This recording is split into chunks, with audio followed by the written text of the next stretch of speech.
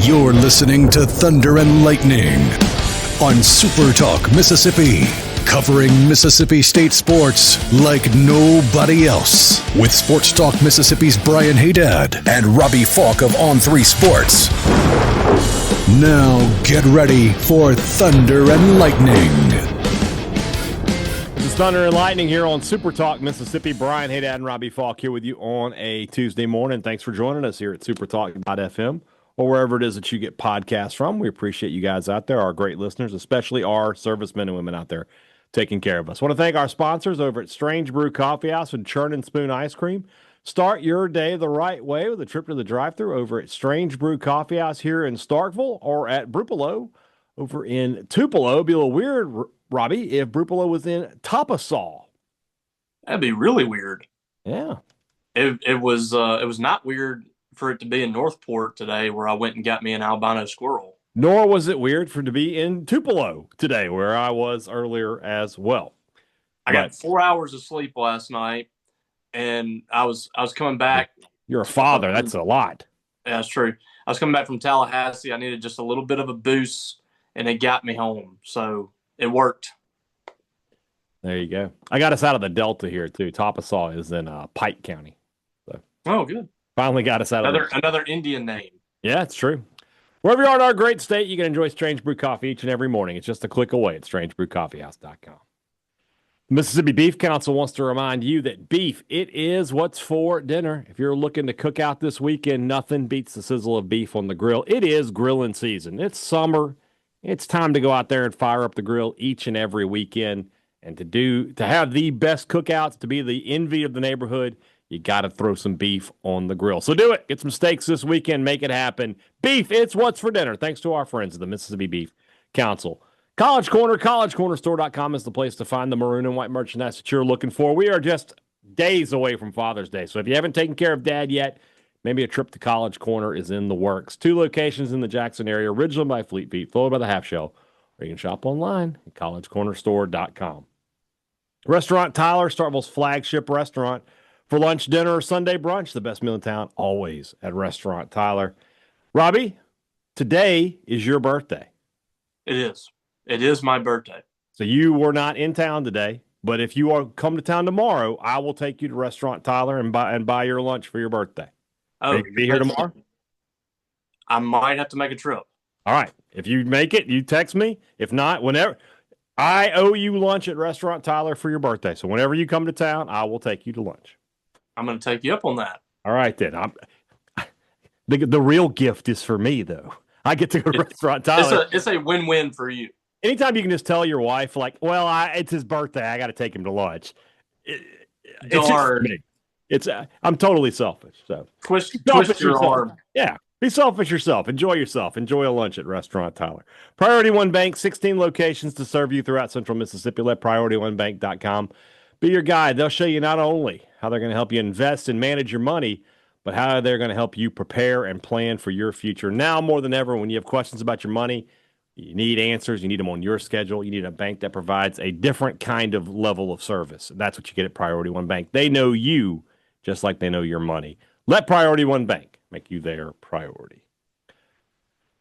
24 hours ago, and I mean really right at 24 hours ago, because we're recording this a little late in the evening. You know, Robbie getting back from Tallahassee, let him have some birthday time with the family. It also is your anniversary too, right? It is. I was a smart person, so I'd never forget my anniversary. I just did it on my birthday. Yeah, smart man. Not to deal with that. Mississippi State defeated UAB in the Tallahassee Regional the day I got married. I was having my one of my groomsmen give me updates from the game. He was having to actually text for updates because I don't think he could get Twitter or something. So like back then, like you could text and they would send you updates when you text. So he would just send me updates from the game as it was going on. There you go. All right.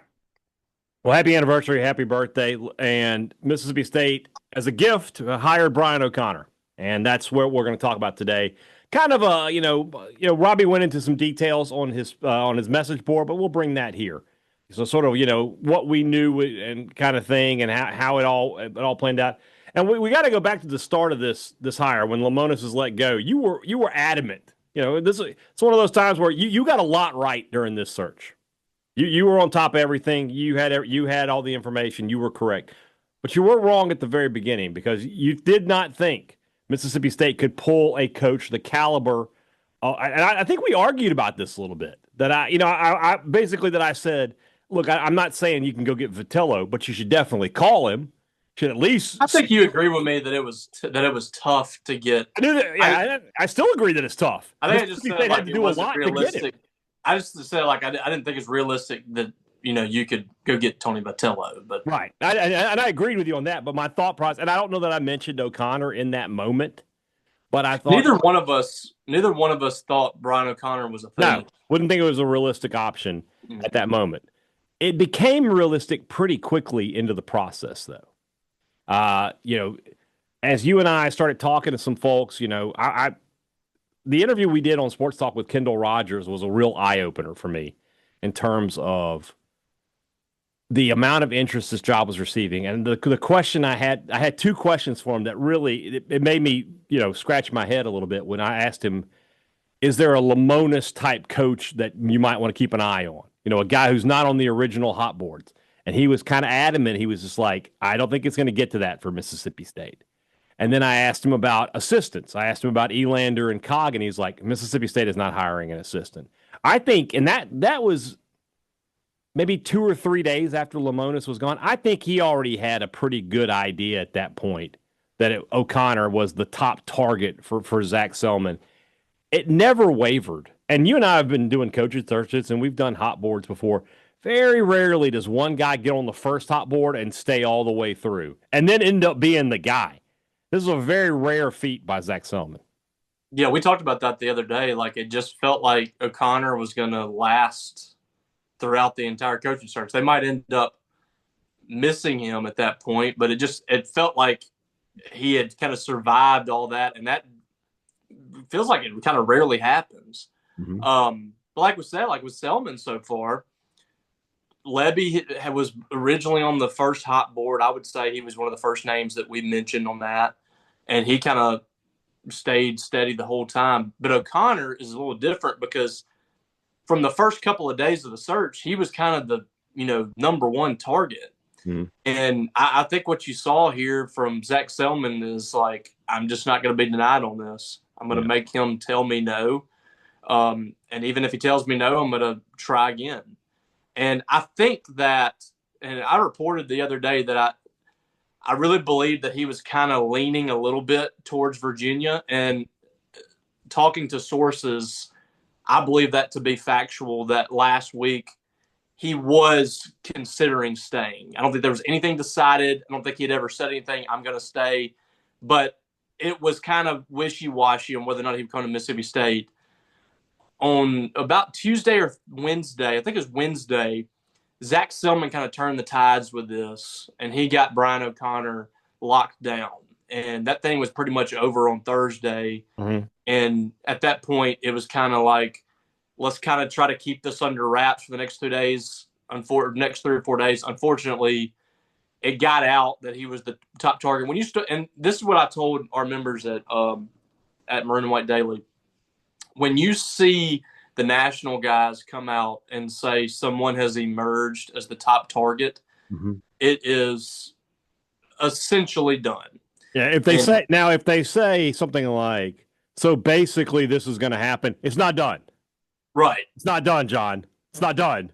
But do not say basically this is going to happen. Right. But when Kendall Rogers, I was like, in coaching searches, John, I was like, I believe gotta leave yourself an out on that, but you cannot say it's basically done. It's got to be worded a certain way. So yes, you're correct. When Kendall Rogers is tweeting that when someone like top target has emerged, Jacob Rudner from Baseball America, sources say that he has emerged, that they're telling you, and this is something we can all remember this is a lesson we can learn for next time when we go through this. They are telling you that it's done. Yeah. And that it's just a matter of time. And that's what you and I were telling people, I think as early as Thursday's podcast, that basically it was I know I went on Sports Talk Mississippi, and Borky asked me, he's like, do you think we're talking about this on Monday? And I was like, if State gets eliminated, we are definitely talking about it on Monday. Mm-hmm. And that's exactly what happened. And so from that standpoint, you know, you think about coaching searches and how the ebb and flow of them. For Zac Selmon in this search to target the top guy being Brian O'Connor and to get him and to never really, I mean, you said it, you thought there may have been a moment where there was some hesitation where maybe I want to stay. Zac Selmon made it impossible to say no. He created a Godfather offer for Brian O'Connor to come to Starkville, and now everything seems to be falling into place for Mississippi State. The assistant coaching staff looks like it's going to be complete by probably tomorrow or the next day with Mascara. I reached out to a source tonight. They said officially it could be later in the week, but I would imagine we'll start seeing some things later today. Probably, start seeing some news. If you want to track that plane again and see if it goes to Winston-Salem, sure. We saw today some reporting from On3's Pete Nakos about the potential for NIL, talking about putting together a $3.5–4 million roster for Mississippi State. You see all the Virginia players going into the portal with the do not contact tag on their list. They're likely headed to Mississippi State. And, I think when Mascara leaves, you'll probably see a few guys there. And there was a poster on your board. I forget who it was that made a good point, but if you can give me the best players from Virginia, Wake Forest, and Mississippi State from this season and put them on a team next year, that's a top 10 team. Well, that's hosting. Virginia was the number 2 team in the country preseason. Yeah. They didn't live up to expectations, but it wasn't because they weren't talented. It was just one of those years like things didn't happen. And if you look at what they did late in the year, they just kind of dug themselves in a hole, kind of what State did, but theirs was deeper because they had built such a bad RPI. Because they won like 12 out of 15 games or something like that late in the year. It was never about talent with Virginia. And you look at these guys that are entering the portal. Henry Ford is one of the most talented players in the country. Mm-hmm. He's a draft-eligible sophomore that is a guy that can play multiple positions. He can play both corner infield spots. He can play the outfield. He played first base as a true freshman at Virginia, which is not an easy position to play. And then he moved to outfield in the offseason, and he played there. So in 2 seasons at Virginia, he's played those positions out of necessity and been good at it, and he can rake. So you look at Henry Ford, you look at Thomas Valencius, who is a lefty that is super talented, going to be one of the top players in the portal. I'm hearing very good things on Valencius and also his brother. Mm-hmm. We'll see on Henry Ford. Henry Ford is a guy that I think just about everybody in the country is going to be after. Tennessee, LSU, Texas, all those big names are going to be after him. Mm-hmm. And he still has the draft to worry about too. And right now I think he's, a guy that is a college prospect. I think is a top 30, top 25 guy. So it might be borderline for him. Mm-hmm. But these are guys that are super talented at Virginia that you mix them in with some of the pieces that you already have here, buddy, there isn't any rebuilding at all. So you mix those guys, you keep Ace Reese, you get Noah Sullivan and Garrick Fry back for another year, Ryan McPherson, Ben Davis come back. Yeah. You've got I don't think that it's a far-fetched thought at all to say this is very similar to what LSU did when they hired Jay Johnson. Yeah. LSU went and they said, we're sick of this. It was kind of mediocrity since 2009 with Paul Maneri. They had some good moments here and there, but they had not won a national championship since 2009. Yeah. And they were tired of it. And they went and got a sitting Power 5 coach that was very well respected. And don't forget, they went after O'Connor in that search and couldn't pull him in. Well, and that's what they did. They said, we're not going to be denied here. We're going to go get a great head coach. Scott Woodard did that, and he went out and got a great Power 4 coach and Jay Johnson, who was doing really good things at a place that wasn't really, from a resource standpoint, very strong. And you remember what they did in the transfer portal. They went out and got Tommy Tanks, and they went out and got Paul Skeens and guys like that. I remember arguing with you about Tommy Tanks. Do you remember that? No.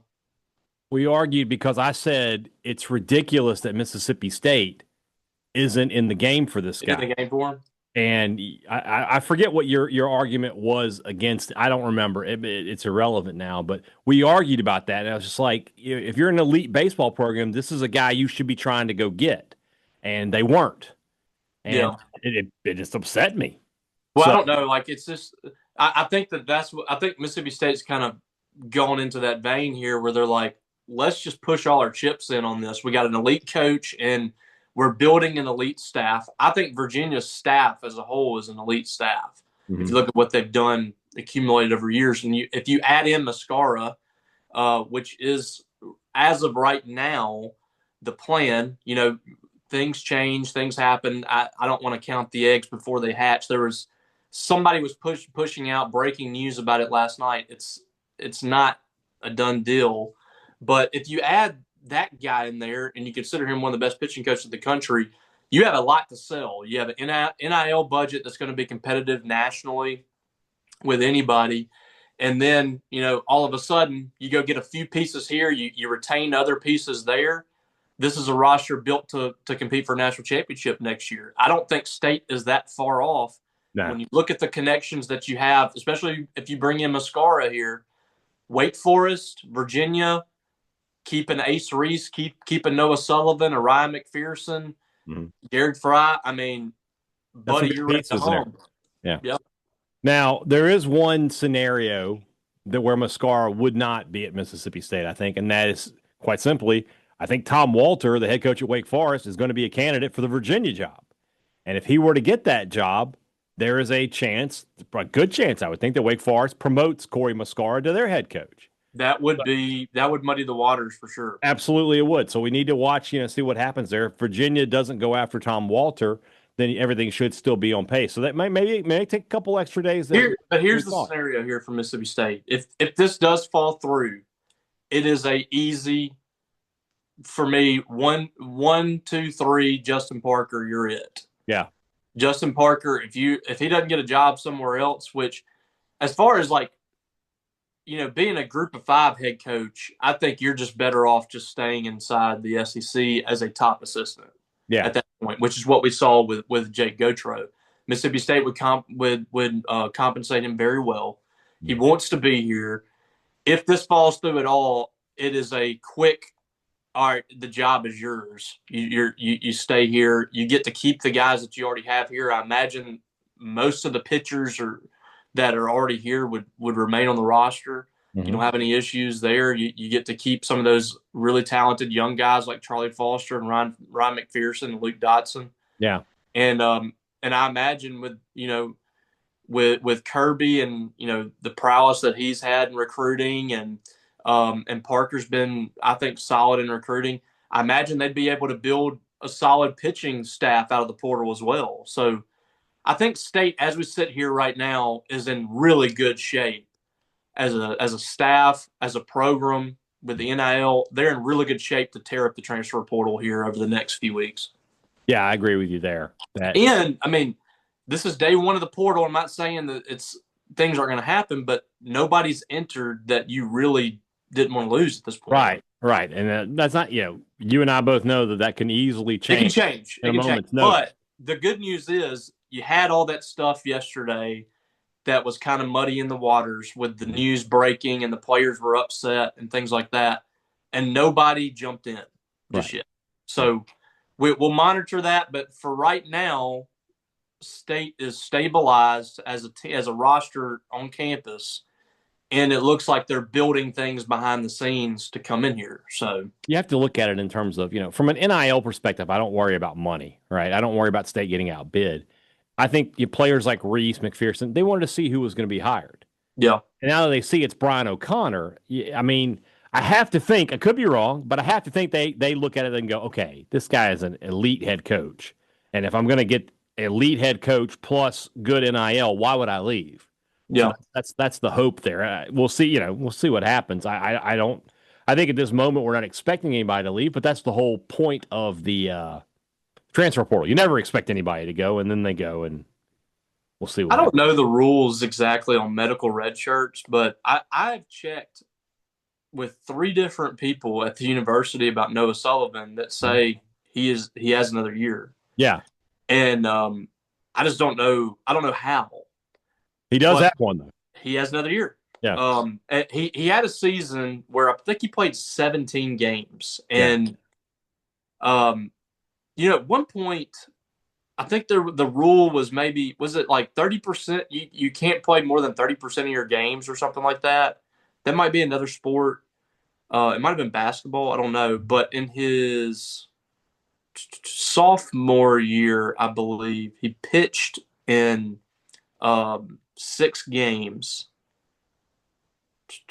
And he played in 17 total as a position player. So, I mean, would that be under 30%? You're asking me to do math here that I can't do. I don't know how many games they played the year. I'm going to look. Yeah. I mean, I don't even know if that's a rule. I haven't researched it. Whatever it is, if you talk to somebody at Mississippi State, they will tell you that Noah Sullivan has another year. Yes. And they would tell you the same thing with Garrick Fry. He has another year. So, I mean, if you're telling me right now that I can go, I don't know who the number 2 hitter would be. Maybe Gatlin. Played 60 games. They played 60 games in 2023. And he played in 17.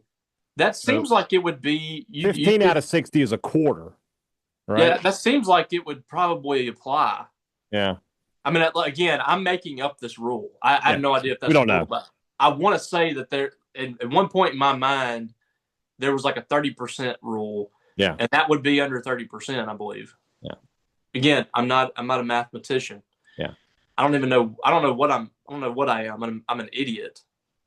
But I think if you tell me right now for next season that my 3, 4, 5 hitters are Fry, Sullivan, or I guess I would go Reese, Sullivan, and Fry, and then you put whatever around that. Forward. I'm fine. I'm fine with that team as it is. Anything else? I think we both had agreed that the Wes Johnson smoke was just a leverage play. Mm-hmm. I want a little more in depth and a lot of the behind the scenes stuff. I think a lot. I think other thing worth bringing up. I think Mississippi State did Will Coggin a favor throughout this. They gave him a couple of interviews. I think that's kind of a setup for, hey, go out, get yourself some experience, get yourself a head coaching job, and then maybe in 10 years. And then you say like 10 years, but that's just not that long when you're young and you're a coach. When Brian O'Connor's ready to step down, we talk to you and you're ready at that point. It's totally one of those. He wasn't ready right now to be this. Yeah, no, it's kind of like a courtesy thing, and from what I was told, he had a couple of meetings with Mississippi State, and it's one of those deals where like this dude played baseball here, he coached here twice. Yeah, he lives and breathes Mississippi State baseball. He loves Mississippi State. He would crawl on glass to come coach at Mississippi State. Mm-hmm. You cannot tick a guy like that off. And Coggin is already a guy that if you do that, he's a chip on his shoulder type of dude. Mm-hmm. That would be something I think that he would not be happy about. Yeah, I agree. And so if he ends up turning out to be a great coach and you're sitting there going, all right, let's go get our guy. He's our Mississippi State guy. Nope, you didn't interview me. I'm not going to talk to you. So I think that's good on Zac Selmon and the committee or whoever interviewed him and talked to him to go kind of sit down with him, see what he's got to say, let him interview. And all indications were he was extremely impressive, which that didn't surprise me at all. I knew he would be in that setting. He's a baseball purist, lives and breathes it. Yeah. But you see how his career goes. So far, the trajectory is everywhere he's been really good. He's recruited really well. He's evaluated well, developed. All his hitters are powerful. So that's a guy that you kind of you watch him develop and see what happens. Because Brian O'Connor, I mean, he's in his mid 50s at this point. He might not want to be around for another 10, 15 years. And by that time, I imagine Will Coggin is probably going to be a head coach somewhere. Yeah. So Coggin, he graduated from State in 2010. Yes, so, he was recruited by Cohen, was he not? Should be Polk, right? I can't remember if he came in as a JUCO guy. I'm trying to, yeah, state's website is running slow for some reason. So he, let me see if I can find it here. Yeah, I can't remember if he came in JUCO or not. But he, that's a guy that was His like high school, previous school was Boonville High School. So that's a guy that like Cohen was really impressed with. yeah, And and so talking about a guy who's probably what, like 35. yeah, he's about my age. Yeah, He would be well, but yeah, if you yeah, he'd probably be a year older than me. He's probably so 37. so he's 37. So yeah, you're telling me in 10 years when he's 47. I mean, that's peak coaching years there. Oh, So he's just starting, man. Like he got into I like coaching I like that we really. hired O'Connor yesterday, and you and I are already looking 10 years down the road. So when Will Coggin comes in, I think it's fine to talk about. yeah, I'm impressed with him. I think he's going to be a good coach. But we were talking about him on the first day, and I told you about realistic hires. And a lot of people have been like, Robbie was correct on all of this from the very start. I actually wasn't. mm-hmm. I never said Brian O'Connor's name until I got a call about 3 or 4 hours after Yeah, we did that yeah, podcast. And I think basically putting you in your texted place is like, what that call did. I texted you and I was like, I'm hearing that Brian O'Connor is legit, but I Yeah. just don't know if I believe it yet. Call a few more people, and I started to believe it a little bit. It took me a day or two to really get on board with it. But at the first part of it, I really felt like Coggin was probably an assistant coach, or like a group of five guy, like a Skylar Meade or a Chris Pollard really made the most sense at the time. Mm-hmm. And then you start to find out that Brian O'Connor's available. You can't consider those guys until he says no. If a Brian O'Connor comes along, you got to take your shot. And I give State all the credit for going and doing that, for just saying, we're going to do everything we can to give you the resources. You're going to have to tell us no. And I think what you see here is, I think we've already talked some about this, but I think what you see is Zac Selmon sees a window here for Mississippi State to make this program something that even it hasn't been at this point, and that's truly dominant in college baseball. Yeah. And this program's been up and down. The highs have been really high. The lows have been low over the last 25 years or so. Brian O'Connor is a guy that can stabilize that and make you really good every year. Now, because the science exists, it can't all be good. And so we'll switch gears here and talk a little football recruiting. If State got the bad news on Monday morning that I guess their highest rated recruit, right, Emmanuel Tucker, had to be decommitted from the class, visited Ole Miss over the weekend, has a visit coming up with LSU. State's high school recruiting is a train wreck. Now, I'm not going to sit here and try to rationalize that. I understand why it is that way. You've had two crappy seasons in a row while your neighbors in Ole Miss and Alabama and LSU are winning. You combine that with the fact that, quite honestly, State's recruiting efforts were not great the last 3 years under Mike Leach. And that staff just didn't do a really good job around the state, by and large. If State wins games this year, you can turn that around. But like right now, I don't know if they're going to get a single top 10 player out of the state of Mississippi. Now, if they re-rank J.J. Hill, they will. Mm-hmm. But by and large, it is not a promising look for Mississippi State on the high school recruiting front right now. I know they got a couple of commitments this past weekend. I will go out on a limb right now and make a prediction. Neither one of them will ever make a contribution at Mississippi State. Maybe the defensive end. Maybe. The safety, I just didn't understand taking him at this point. But I just think right now Mississippi State is like, it's kind of sad to say, they're almost like a group of five team to some of these kids. Yeah. They're using Mississippi State as a placeholder. When better offers come along, they go take those visits and they leave. Mm-hmm. And I want people to understand, if you have a guy that's taking official visits, he is not committed to your team. I love Paul Jones to death. I think he listens to kids sometimes too much and gets on board with them. But like a Camden Capehart, He's constantly taking visits somewhere else. Right. It would not shock me if that kid decommitted. If you're taking visits somewhere, you're not committed. And State doesn't have the ability right now to say, all right, if you're going to take your visit somewhere, then we'll go look at somebody else. Right. We're good. They can't do that. With Iverson McCoy, they still have to recruit this kid. And I think that he's a solid player. I don't think he's a difference maker. But, that kid decommitted from you. He was typing out a decommitment in the stands at a football game. Mm-hmm. And you're going to have to continue to try to get him back in the class. And I think they still have a chance to get him back in the class. But it's just where they are right now as a program. And I don't think it has everything to do with the staff just being bad recruiters or anything like that. I just think it's really hard for this team to sell itself right now. Mm-hmm. They haven't done anything. Right. So it's going to take production from the players, production from Jeff Lebby over the next year to kind of get back in good graces. But right now they're just not there. And these other schools, LSU, I think that Emmanuel Tucker has a lot to do with LSU than just Ole Miss. But I do think Ole Miss, taking that visit, he thought, I need to open up this recruitment a little bit. Yeah, which, so be it. And it's one of those things, Robbie, you weren't going to say, oh, it's early. I mean, you're technically correct, but this is the time of year that traditionally Mississippi State has always loaded up the class, right? You think a year ago with those two big senior camps they had, and they picked up like 12, 13 commitments.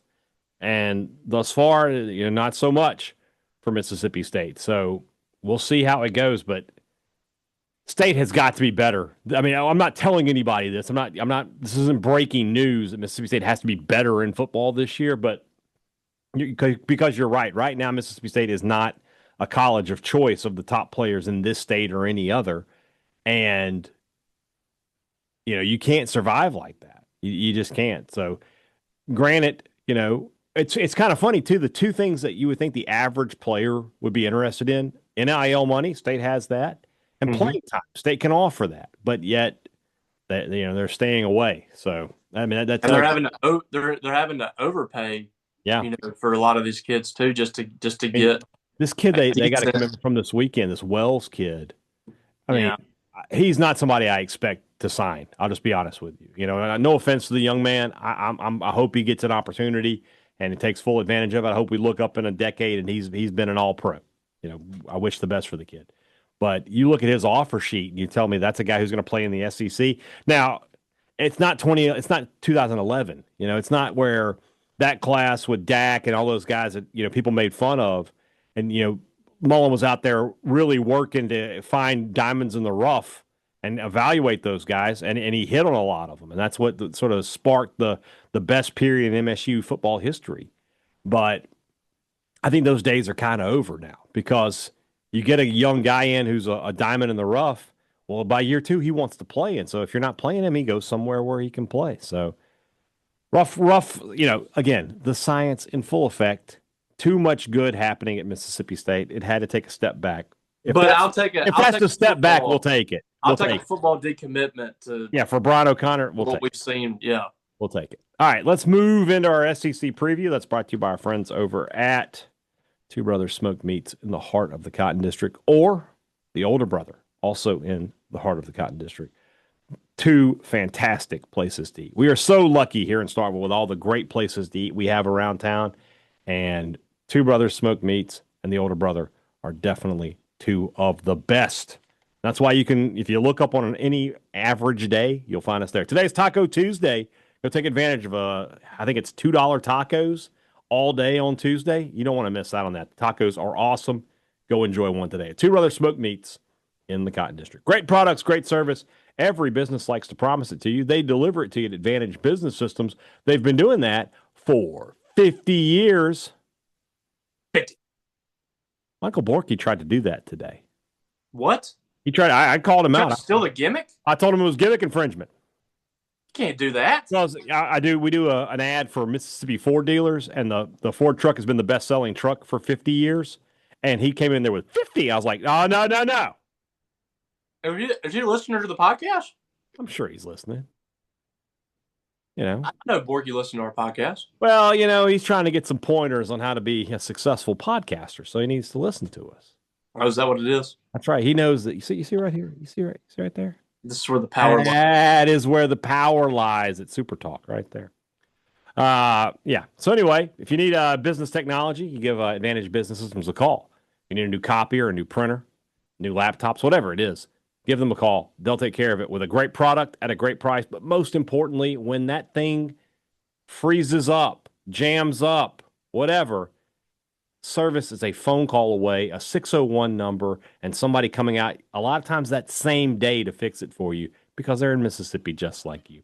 601-362-9192 or visit them online, absms.com. Find out how Advantage Business Systems will help your business do business. If you're going to be in Starkville anytime soon, the place to go is Maroon & Co. when you need maroon and white gear. Everything that you're looking for, all of the logos, it's right there at Maroon & Co. The biggest and best selection in the city of Starkville. Nobody with more inventory than those guys. Shop online at maroonandco.com. And best of all, you can save some money with our promo code Thunder15. If you're looking for MO over S gear to celebrate the hiring of Brian O'Connor, Maroon & Co.'s got it, and you can save 15% off with our code Thunder15. In-store or online, 15% off regular price. Some exclusions do apply. Next time you're in Starkville, before you go to the game, you need to go to Maroon & Co. It's only Tuesday, but I know I'm already thinking about the weekend. And if you're thinking about the weekend, you're thinking about getting out there and mowing the lawn, you got some projects you need to work on around the house, or if you just want to fire up the grill and cook out, everything you need is at Scruggs Farm Lawn and Garden. It's a quick trip to Saltillo, but I promise you it's one that makes a lot of sense because they've got everything you're looking for: tools, tractors, lawnmowers, grills, everything you need to enjoy your weekend, the things you like to do. When you're a man, you have to make certain choices in life. Are you a lawn man? Are you a tools man? Are you a grillsman? Doesn't matter what kind of man you are because Scruggs Farm Lawn and Garden has got you taken care of. 3575 Tom Watson Drive in Saltillo, or you can shop online, scruggsfarm.com. Scruggs Farm Lawn and Garden has what you want for less. All right, the Arkansas Razorbacks. I'm gonna go ahead and spoil. It's not a spoiler. I'm sorry. What is it? It's not a prediction. It's a spoiler. They're gonna be bad. I got a bad feeling about the Arkansas Razorbacks. Yes. Scraped into a bowl last year, but we'll see. Here we go. I think they start off 2-0. Alabama A&M and Arkansas State. That Arkansas State game is in Little Rock at your favorite place, Robbie, War Memorial Stadium. I know you're a big fan of that facility. I've never been there. Oh, I thought you had been and thought it was the worst thing ever. No, I've never been there. All right, well, it doesn't matter. I'm sure someone did think it was the worst thing ever. Yeah, no question. So I'll give them 2-0. Game 3 is every year I say it, it's the craziest game of the year, every year. Arkansas at Ole Miss. And you may be thinking right now, well, that game wasn't that crazy a year ago. I beg to differ. Ole Miss coming off of a loss, put up 63 points on Arkansas, who was coming off of a win over Mississippi State. And Dart, I think, threw for 1,000 yards in that game. That game was crazy. Every year it was crazy. I'm going to go Ole Miss here. Yeah, I think so. I think the whole Arkansas does crazy things in that game is kind of dissipating just because I don't think that the head hog, as they call him, Sam Pittman's really going to get this thing done. So at Ole Miss too, they played really well at home. Yeah. Unless it's been against Kentucky. Yeah. So yeah, I'm going to go with Ole Miss. Night game too. That'll be a good atmosphere for them. Yeah, I agree. It's a 6:45 kick. Did we ever talk about that? I don't think we ever got no, we didn't. All the coaching stuff. We'll do it later this week. Week 4 is an interesting game. At Memphis. They're at the Liberty Bowl to take on Memphis. That is not a gimme game by any stretch of the imagination. Oh, God, it's going to be disgusting. It's not a gimme game. I think they'll win. I think Arkansas will win. But if we look up and they lose that game, I'm not completely shocked. Yeah. Yeah, because, they have they've really kind of found their groove again. That's a team in Memphis that I think can be a Group of 5 playoff team. I agree. Yeah, so I mean they've been a team that's been really competitive the last few years. I think Arkansas will win this game, but it is not going to be easy. No, I agree. And the Liberty Bowl has been kind of a house for horrors for SEC teams at times over the years. Yes. Ole Miss, a really good Ole Miss team lost there, and State lost there. State lost there. Yeah. State lost there in 21. 15. The Ole Miss. That's right. So 3-1. All right, we're moving right along. Here we go. Yikes. Notre Dame. Yeah, even hosting that, I'm not taking Arkansas. Notre Dame plays 2 SEC teams this year. They do. They play Notre Dame needs to be pushed into a conference somewhere. Well, that's never going to happen. Cooper, get off the pod here. That's never going to happen with the way they're set. They're in conferences in every other sport. No, I agree. I don't understand why they're not in a conference in football. And they're going to play that to their favor because they're going to be like, So, but I'm going with Notre Dame here. The 3-2 off week. Then they're at Tennessee. Tennessee wanting revenge for what happened a season ago in Fayetteville. Yeah, gotta go with the Vols here. I'm going with the Vols. We don't know what the quarterback situation's really going to be, but I still think I think there's a chance that things can be a little bit disastrous for them because of that quarterback thing, because it just kind of came out of the blue. Mm-hmm. But I still think they'll be talented enough to win this game. Yeah. They host Texas A&M. That game is actually on campus. I think they finally are out of the Jerry World thing. Yes, finally. That's a loss. That's a loss. I'm going to go with A&M, even though, again, it's at Fayetteville. But I think that they'll be competitive in this game. They tend to either win a game they're not supposed to, or they're really competitive in it, like Alabama a few years ago and Tennessee last year they won. I think this will be a game that they're competitive in, but I think A&M wins. Another home game here. Auburn. You'll have to tell me what I did in that game. You took Auburn. Okay. I should have the consistency in my brain, but I just I forget from time to time. So I'll go with Auburn. All right. Mississippi State at home. I think this is the first time we've done one of these predictions yet. I guess we had Texas A&M. They had Mississippi State, but I think I'm going to go with State, just because at this stage of the year, if you're talking about a Mississippi State team that is kind of starting to find itself, I think that's the key. This would be a game to do it. Yeah. Where are these two teams at this stage? We have Arkansas at this point 3-3. No. Hold on. 1, 2, 3, 4. 3-5. 3-5. State could have an upset over somebody that I don't know what State's going to look like at this point. Mm-hmm. So I think I'll go with State. State's been, for the most part, fairly successful against Arkansas. I'll probably come back to regret it. I'm going to take State as well, which leads me to one of my favorite things, Robbie.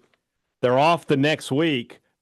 They fire him, this right? time they fire him. They fire him because they're 3-6, right? So that I say Pittman fired on November 2nd. Off week at LSU. Loss. Absolutely. They're not winning at LSU. At Texas. Loss. Then they host Missouri in the border war. I think they're just ready to go. They're going to lose that game too. They were 3-1, 3-9. Because at that point, you're devastated. Yeah, it's over. So 3-9. That's what we'll put the Hogs down for. I'm picking for next week. Let's do LSU. Okay. Do the mighty Fighting Tigers. Spoiler, I'm high on them this year. So we'll see how that turns out. All right, tomorrow's the rub.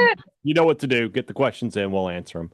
Talk to you guys tomorrow. For Robbie Faulk, I'm Brian Hadad. Thanks for listening to Thunder and Lightning here on Super Talk, Mississippi.